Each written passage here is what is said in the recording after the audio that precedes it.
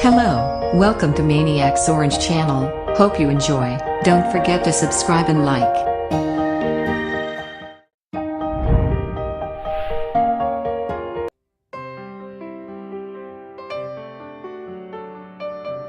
Five things you shouldn't do during an earthquake. The recent, and almost back-to-back, series of deadly earthquakes in Japan and Ecuador have brought the importance of earthquake preparedness back into mainstream thought once again. Although the world sees about 15 earthquakes a year above a magnitude of 7, it's certainly unusual to see them happen so close to each other.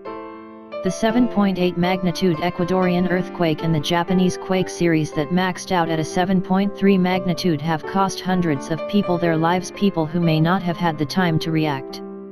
So what are you supposed to do when the ground beneath your feet starts to shudder? We've probably all heard to do things like sheltering in a doorway or hiding under a desk, but will these really save your life? Many search and rescue professionals say no. Here are 5 things to avoid if the ground starts moving underneath you. 1. Don't hide under a bed. The small space underneath a bed will be made even smaller if the ceiling collapses on it.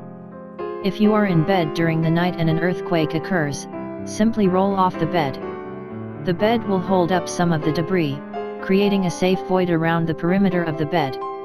Never get under it, and teach your children never to crawl under the bed in an earthquake. 2.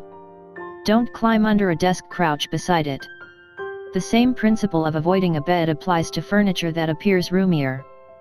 Furniture can become a lethal deadfall trap when the weight of debris is added on top of it. Under the desk may seem like a logical hiding place from a quake, but it's safer to be beside the desk. Even if it is crushed, the ceiling will still be supported by the desk somewhat.